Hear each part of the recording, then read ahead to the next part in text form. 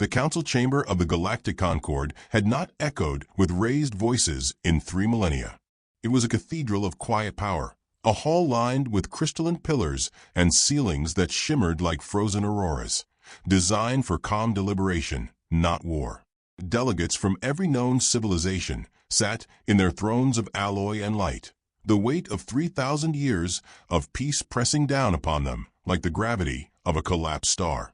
Today, however, that peace was already cracking, and all present felt the fracture before the words were spoken. The humans arrived late. That in itself was considered an offense by many of the elder races, who measured punctuality in atomic exactness. The Vrethi, those scaled, serpentine scholars who prided themselves on records unbroken since the dawn of stars, hissed in disdain. The Allura, luminous beings whose entire bodies shimmered like oil upon water, whispered across the chamber, their voices vibrating in a frequency of judgment. The Cathor warlords, thick-skinned giants with tusks like iron, grunted and muttered of primitive disrespect. The air tightened, a mixture of suspicion and anticipation, for all had come to hear a declaration that would end the age of peace. The humans entered as though stepping into a neighbor's parlor. Their uniforms were simple, dark cloth with subtle insignias, nothing ostentatious. One carried a steaming cup, the scent of bitter roasted beans wafting through the sacred chamber like smoke in a temple. Another chewed something that crinkled faintly in his palm. They were out of rhythm with the council's gravitas, and they knew it. Their leader, or at least the one who moved as though the others orbited him, was tall, his frame more weathered than polished. His eyes scanned the hall not with awe, but with a kind of amused calculation, the way a card shark might glance at the table before sitting down. "Apologies," he said, his tone light, his voice carrying just enough humor to sting. "We had traffic. Space lanes, you know. Somebody parked a dreadnought where it shouldn't be." He smiled as though sharing a private joke with every species present. None laughed. That, too, amused him.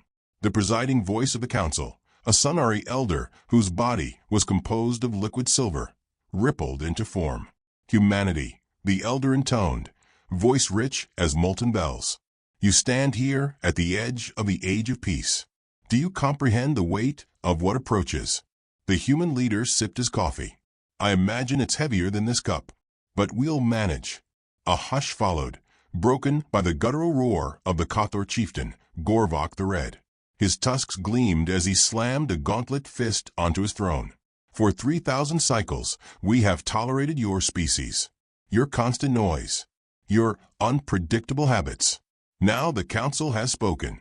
The peace is ended. Humanity shall be purged, not preserved."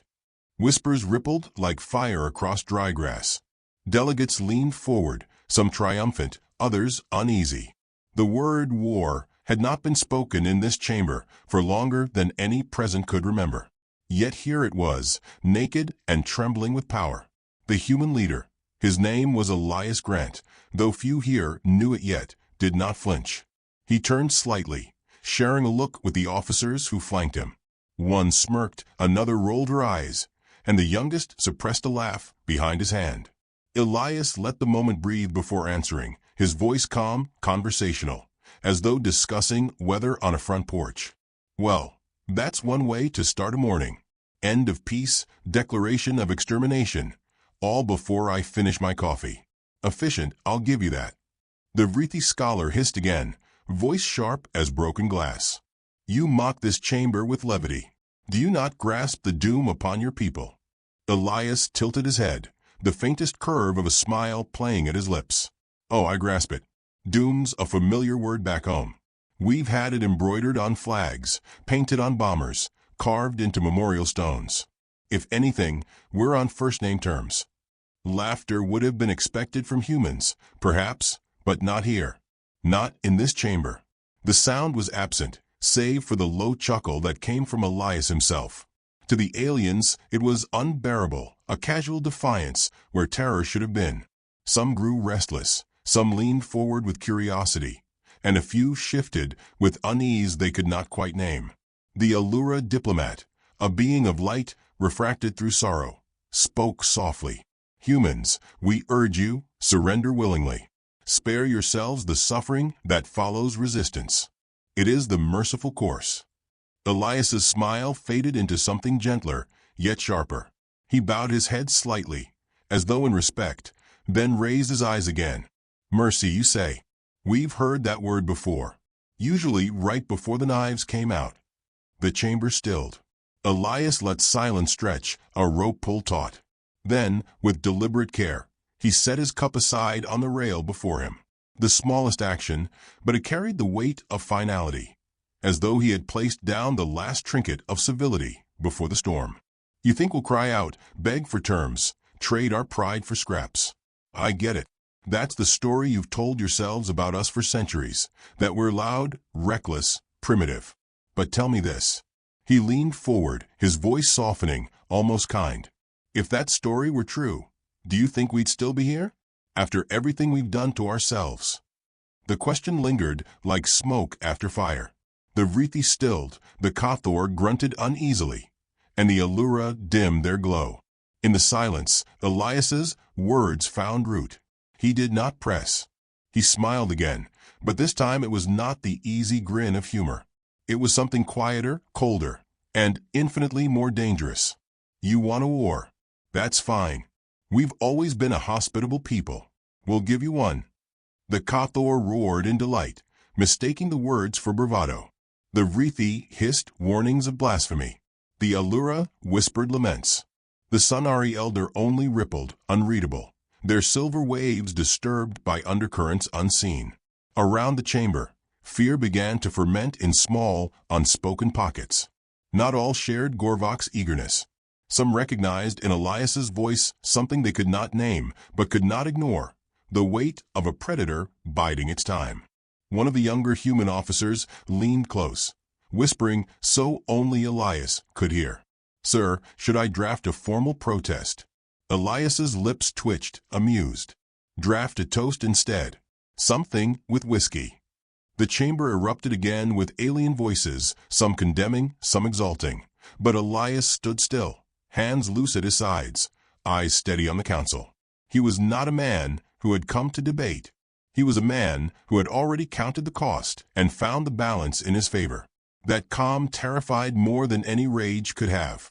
When at last the Sunari elder called for silence, their voice was heavy with unease. Then it is done. The age of peace is broken. Humanity shall be cast into war. Elias inclined his head. Appreciate the clarity. Saves us paperwork. The younger officer muffled a laugh, earning glares from half the chamber. Elias did not rebuke him. He let the humor hang, light as smoke, precisely because it unsettled them more than anger ever would. As the session adjourned, the alien delegates surged into private clusters, whispering, hissing, glowing, and rumbling in agitation. Elias turned, gathering his officers with a flick of his hand. They moved with ease, not the stiffness of men burdened by doom. They spoke softly among themselves, their words carrying no desperation, only preparation. Observers noted it. Observers whispered of it. Observers wondered. In the high galleries, a Vrithi archivist leaned to a colleague, voice tight. Why do they smile? Why do they not tremble? The colleague shook his scaled head, unease glinting in his golden eyes. Perhaps they know something we do not.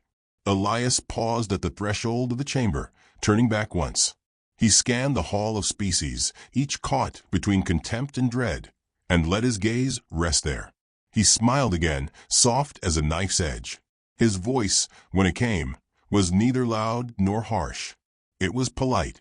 It was almost tender, but it carried a promise that chilled every listener. If you've truly decided this, then we'll do our best to make it quick. And with that, he left them, the echoes of his words following like footsteps in an empty corridor. The council chamber, once a monument of peace, now thrummed with a new and terrible awareness. The laughter of humanity was not dismissal. It was not madness. It was something far worse, readiness. The declaration spread across the stars like a plague of fire. Within hours of the council's verdict, systems once drowsy in their routines of trade and science lit with the fever of mobilization. fleets stirred from their harbors, arsenals unlocked after millennia of ceremonial slumber. The galaxy had not prepared for war in 3,000 years, and yet the word itself carried a momentum that made even reluctant species move in unison. Humanity, the Council decreed, would be erased. The age of indulgent tolerance was over. Elias Grant stood on the observation deck of the Indomitable, his hands folded behind him as the blue curve of Earth swam slowly beneath. His officers spread across the deck in small clusters, reading reports, running simulations, whispering among themselves with a calm that felt more like confidence than shock. The chambers smelled faintly of oil and steel, the hum of reactors deep beneath their feet, like the steady breathing of a beast at rest. Lieutenant Hale, sharp-eyed and younger than the others, finally broke the silence. "They're moving fast, sir. Faster than we projected. Half the Cathor armadas are already in burn toward the outer colonies." Elias did not move his gaze from the planet below. "Let them burn. Speed makes mistakes. Mistakes make opportunities." Hale frowned, chewing on the words as though testing their flavor. "And if they don't make mistakes?" Elias allowed himself the faintest of smiles. "Everyone does, Lieutenant. The trick is knowing which mistake to let them make." Behind him, Commander Ruiz leaned against the rail, her voice low, her humor bone-dry. "Sounds like poker night again. The galaxy's throwing all its chips in, thinking with a drunk at the table." Elias turned then, just enough to catch the ripple of uneasy laughter among his staff. "The thing about drunks," he said, "is they win more bar fights than the sober men. Nobody expects the angle of the swing." The words were light, delivered with a shrug, but they struck with weight. Every officer in the room understood. Their leader's humor was not a mask, but a weapon. It disarmed, it unsettled. It drew enemies into thinking the humans did not see the blade pressed against their own throat. Far from Earth, aboard the Cathor flagship Bloodtide, the mood was not amused. Chieftain Gorvok sat hunched upon his iron throne, tusks gleaming, eyes narrowed to slits of volcanic red. Around him, his generals pounded fists to armor, eager for the hunt. "They laugh," Gorvok snarled, saliva flecking the air. "They laugh while the galaxy sharpens its knives. Do they think this is sport?"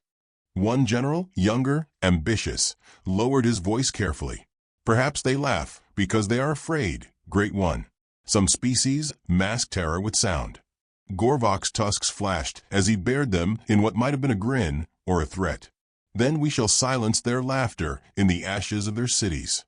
The Cathor were not alone in their certainty.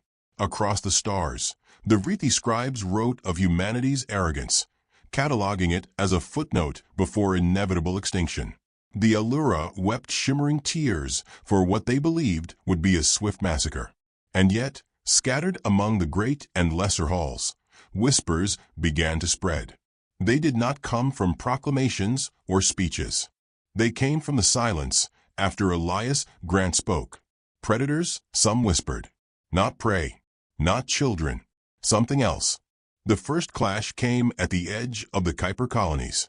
A Cathor scouting fleet of 7 war cruisers intercepted what their intelligence marked as a cluster of human or freighters and a single escort.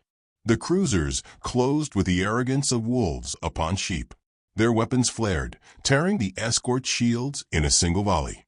The freighters scattered, engines burning white. The Cathor laughed, roaring across open comms, savoring the chase. And then the freighters turned.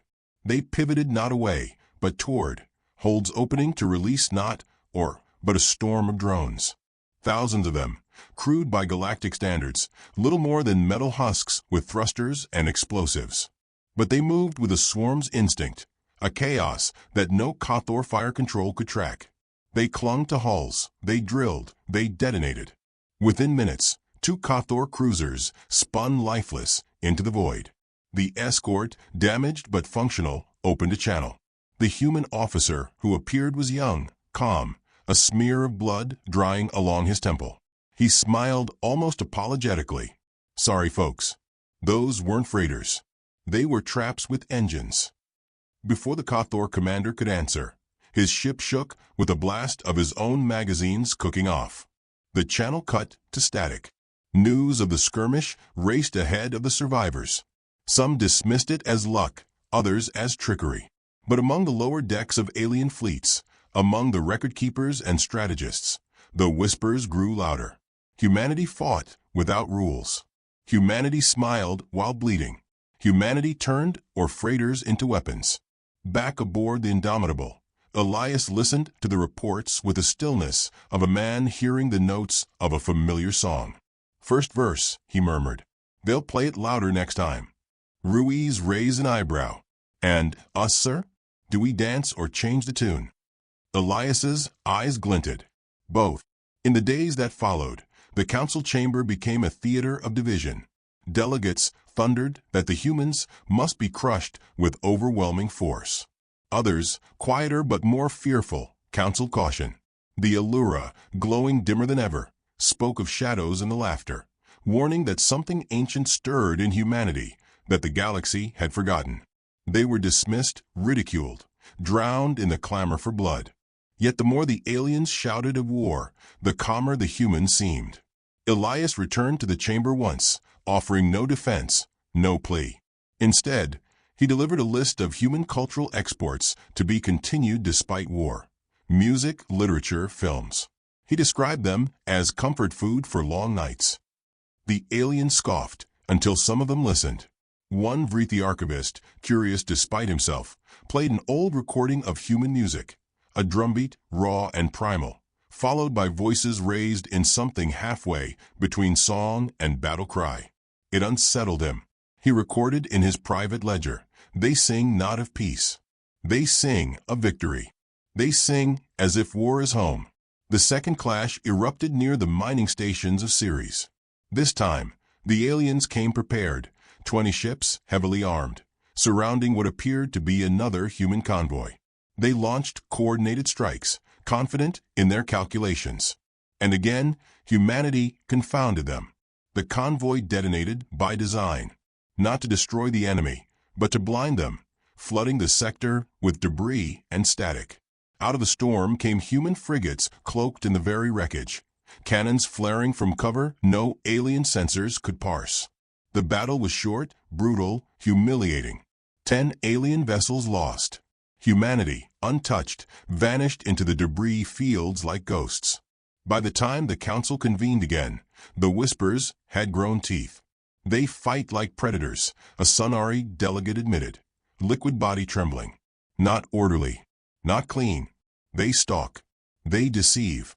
They enjoy it." Elias sat silent through the accusations, sipping coffee as if the galaxy's gaze were nothing more than a tavern brawl he'd already won. At last he rose, voice quiet, polite as ever. "We don't enjoy war. Don't mistake us. We just learned a long time ago that if it comes, you'd better be very, very good at it." The Kothor bellowed laughter at what they believed was posturing. The Allura dimmed further, unsettled. The Vrethi scribe scratched frantically, cataloging every word. When Elias returned to his ship, Hale pressed him with unease. "Sir, what if they throw everything at us at once? All their fleets together. We're still outnumbered 100 to 1. Elias studied him, not unkindly. "Numbers are loud, Lieutenant. But war isn't about noise. It's about silence. The moment you stop hearing the enemy breathing, that's when you know they're finished." Hale swallowed, the words chilling despite the calm tone. He began to see what others had whispered. Their commander did not prepare for survival. He prepared for conclusion. In hidden quarters, among alien fleets, soldiers began to ask questions their leaders could not answer. Why did the humans not beg? Why did they smile? Why, in defeat or victory, did they look at their enemies not with hatred but with patience, like hunters studying game? The term spread quietly, at first in fear, then in awe, then in resignation. Predators. Not prey, not anomalies, not reckless children. Predators who had hidden their claws under handshakes and laughter until the right moment came. On the bridge of the Indomitable, Elias stood once more at the viewport, Earth gleaming far below. His officers spoke softly behind him, but his eyes were distant, fixed on the dark beyond the stars. "Sir," Ruiz asked at last, "what do you think they'll do now?" Elias did not turn. His voice was calm, almost gentle, the tone of a man certain of what lay ahead. They'll come together, every fleet, every ship, thinking unity will save them. They'll believe overwhelming force is the answer. Ruiz hesitated. And if they're right? This time Elias smiled, faint and dangerous. Then they've already lost. They just don't know it yet. The bridge fell silent, each officer feeling the weight of the words. Beyond the glass, the stars seemed to flicker like watchful eyes. Somewhere out there, 100 fleets were gathering, convinced they were the hunters. But humanity was already waiting. The galaxy gathered its strength. For the first time since the peace accords were carved into crystal, fleets from a dozen rival empires converged on a single purpose: the annihilation of humanity. Their war banners stretched like constellations, their vessels blotting out stars, their commanders swelling with the arrogance of inevitability. In their calculations, this was a campaign, not a struggle. A cleansing fire to sweep away a noisy upstart race before returning to the ordered quiet of eternity. On the bridge of the Indomitable, Elias Grant studied the reports without surprise. His eyes traced the formations the way a farmer reads weather on the horizon, his expression calm, almost contemplative. Around him, officers murmured numbers that would terrify any other species. 120,000 ships mobilized against them, nearly half the known galaxy's might. Lieutenant Hale's voice cracked as he read the figures aloud. "We're outnumbered more than 300 to 1, sir. This is impossible." Elias didn't look at him. He only reached for his cup, now filled not with coffee, but something stronger, amber and slow-burning. He sipped, then answered with the patience of a teacher correcting a student. "Impossible is a word, Lieutenant. Nothing more." Hale swallowed, but he pressed. "But sir, how can we possibly?" "By being human," Elias interrupted softly. He set the cup down, his gaze sharpening. "And by reminding them what that means." The words hung heavy, and Ruiz's eyes narrowed as if she felt the floor shift beneath her. She had followed him long enough to know he was not speaking of courage or endurance. He was speaking of something darker, older, a truth buried under centuries of civilization that the galaxy had mistaken for extinction. The fleets met above Titan's pale surface, where Saturn's rings arced like silver blades across the black. The aliens arrived in perfect order, formations spanning light minutes, a testament to millennia of doctrine. Their ships glittered, precise, clean, like a surgeon's instruments. Against them, the humans appeared in chaos. Scattered frigates, mismatched cruisers, carriers patched and scarred.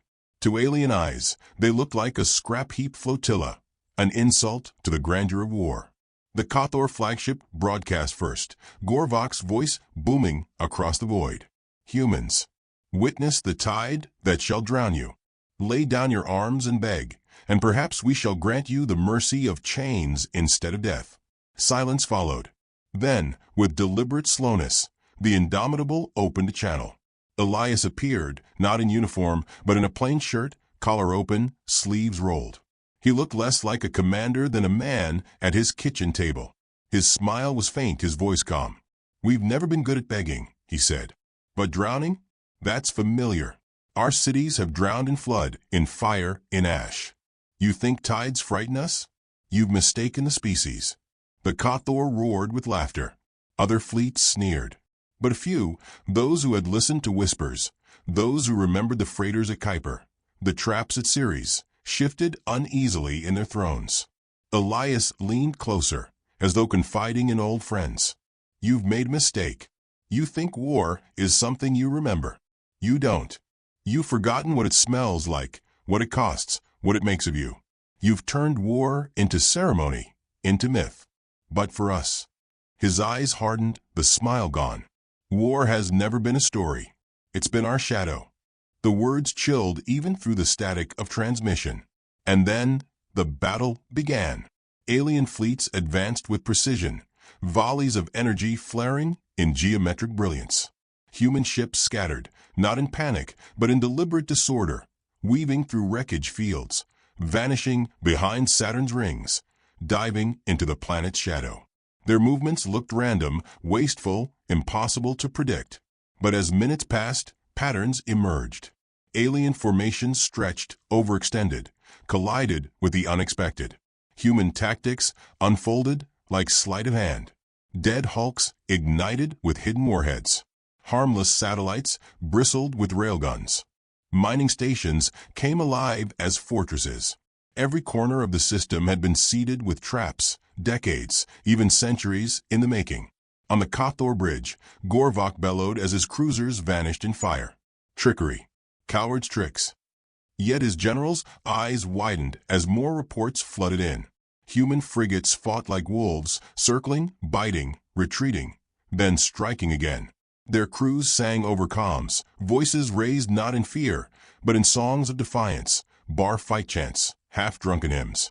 The galaxy's most disciplined fleets found themselves stalked by chaos itself. Ruiz watched from the Indomitable, her jaw tight, awe prickling her skin. She turned to Elias.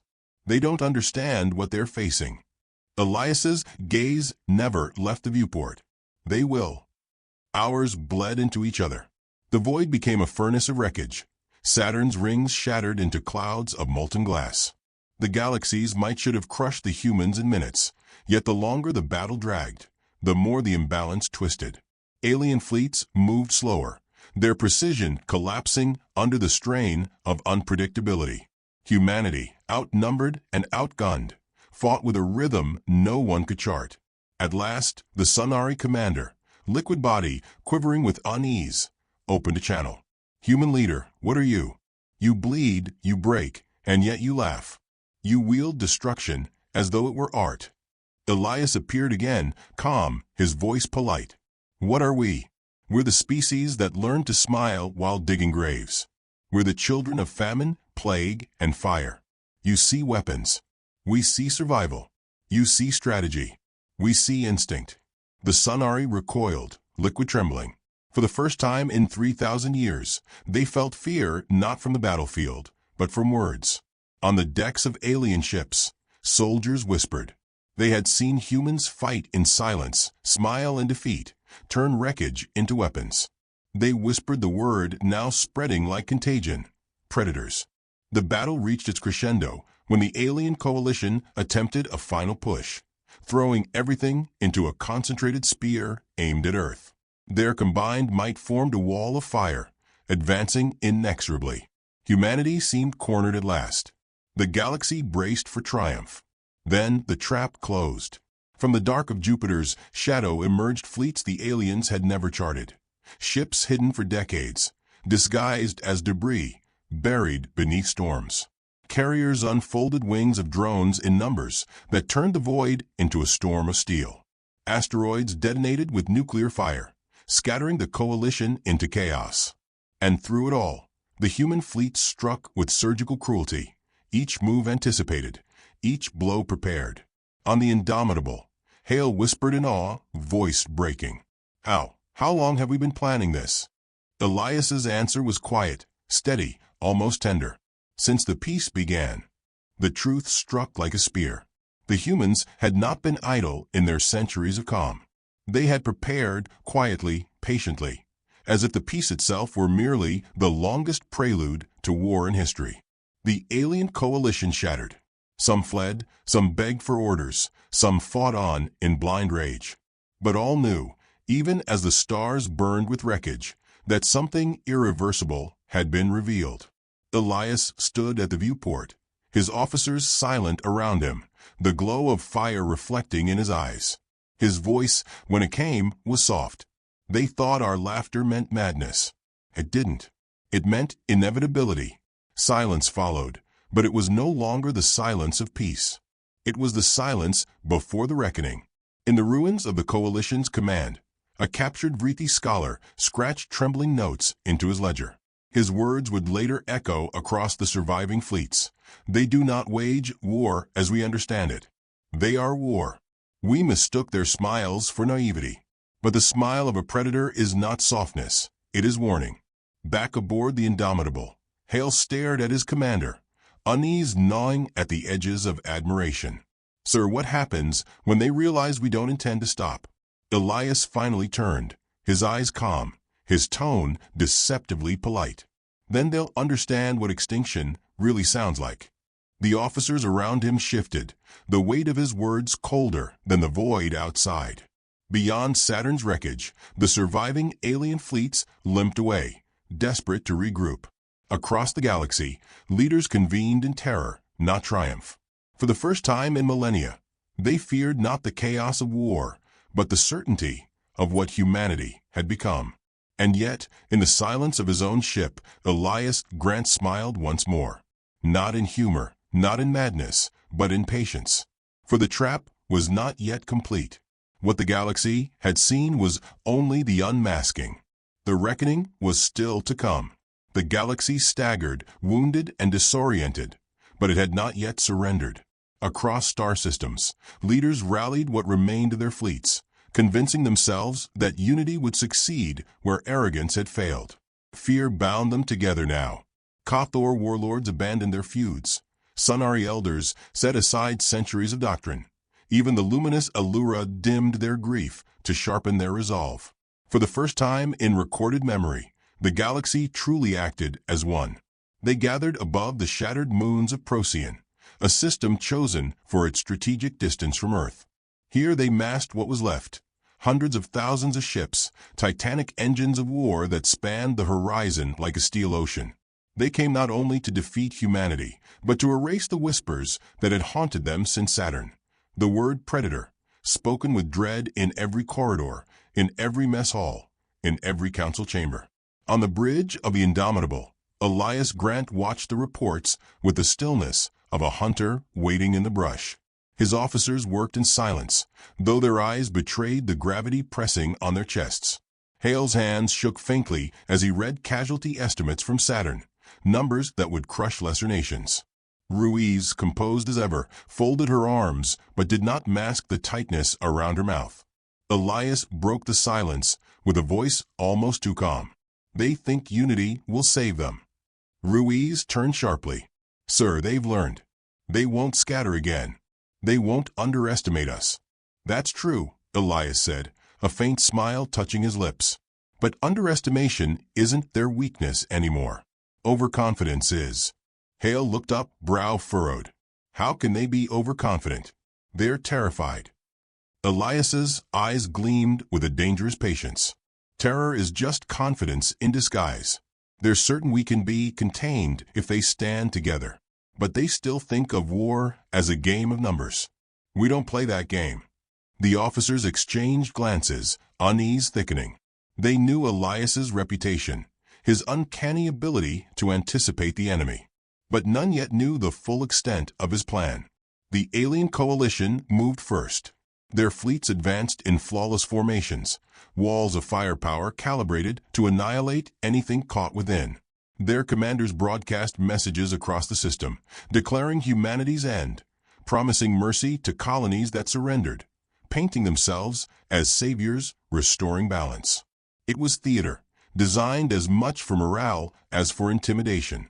Elias listened to the transmissions with mild amusement, sipping from his ever-present cup.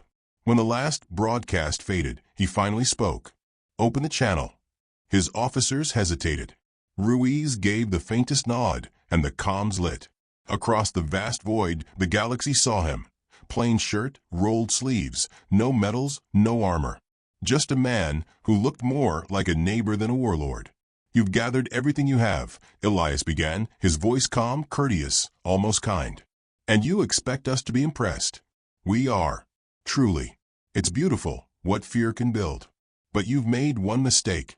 He leaned forward, his eyes narrowing, the softness dropping away. You've gathered in one place. That makes you easier to bury. The channel cut. Silence followed, heavy, suffocating. And then the trap unfolded. From the darkness of the system's edge, human fleets emerged, not a ragged collection this time, but a symphony of movement. Ships poured from asteroid belts, rose from gas giant storms, unfolded from cloaked orbits. Drones erupted like hornets, debris fields ignited with concealed warheads, mines detonated in precise chains. The coalition, expecting humans to scatter, suddenly found themselves the ones trapped in chaos. Alien formations faltered.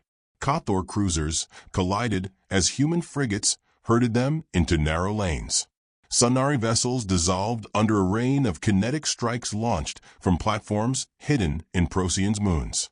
The Allura wept openly across comms as their ships burned, their light dimming against the void. Hale's voice cracked as he reported, "Is all plain? Sir, they're unraveling. It's working." Elias did not gloat. He stood still, eyes fixed on the storm of wreckage, his voice quiet. "Of course it's working. We built this war centuries ago." The truth struck Hale harder than any blast. He understood now. Every mining station, every satellite, every hidden carrier had been placed not for defense, but for this moment. Humanity had waited, patient as stone, smiling through 3,000 years of peace while quietly coiling for the strike. The coalition fought desperately, but the more they resisted, the tighter the noose drew. Human ships struck not with fury, but with precision, every volley calculated, every move anticipated. Where the aliens relied on brute force, humanity wielded deception and inevitability. On the Kothor flagship, Gorvok raged, tusks splintering as he roared. "They bleed like us, they burn like us, but they fight like no species I've ever faced." "What are they?" A terrified Sunari officer whispered, liquid trembling. "Predators." The word is true. Back aboard the Indomitable, Ruiz finally asked what weighed on them all. "Sir, if this is the reckoning, what comes after? What do we become?" Elias turned, his gaze steady, his expression unreadable. "What we've always been. Survivors." He paused, his tone softening into something almost mournful. "But survival has a price. The galaxy will learn that now." The battle reached its climax. Human forces drove the coalition into the gravity well of Procyon star, corralling them like cattle toward the inevitable. One final signal was given, and dormant stations ignited, unleashing a wave of nuclear fire that turned the system into a furnace. The star itself seemed to scream as its corona flared, swallowing fleets whole. The survivors fled, broken, scattered, their unity shattered as quickly as it had been forged. The reckoning was complete. Humanity stood unbroken, its laughter now echoing not as humor, but as inevitability. On the bridge, Hale's voice trembled. "We've done it. We've beaten them all." Elias's smile was faint, weary, almost sad. "No, Lieutenant. We've shown them who we are. That's far more dangerous than victory." The officers fell silent, understanding what he meant. Humanity had unmasked itself. The galaxy now knew the truth, that behind the smiles and jokes, behind the handshakes and songs, lay a species that had never forgotten the taste of blood. In the surviving councils of alien races, fear crystallized into something sharper. They spoke in hushed tones of humans as the architects of extinction, of predators wearing the masks of neighbors. Some swore to resist until the last star burned. Others whispered of surrender, of bending knee before the inevitable. But across all factions, one truth was undeniable. The peace was gone, and the galaxy's new age would be written in the shadow of humanity's smile. On the Indomitable, Elias Grant stood alone at the viewport, the wreckage of Procyon's fleets burning in the dark. His reflection stared back at him, a man who looked ordinary, almost gentle, yet carried the weight of a predator's patience. He whispered, not for his officers, not for the galaxy, but for himself. "We didn't end the peace. They did. We just finished what they started." The hum of the ship's engines filled the silence. Outside, the stars burned on, indifferent witnesses to the reckoning. But in the chambers of power across the galaxy, leaders trembled, knowing the war was not ending, but only beginning. Because the humans were still laughing,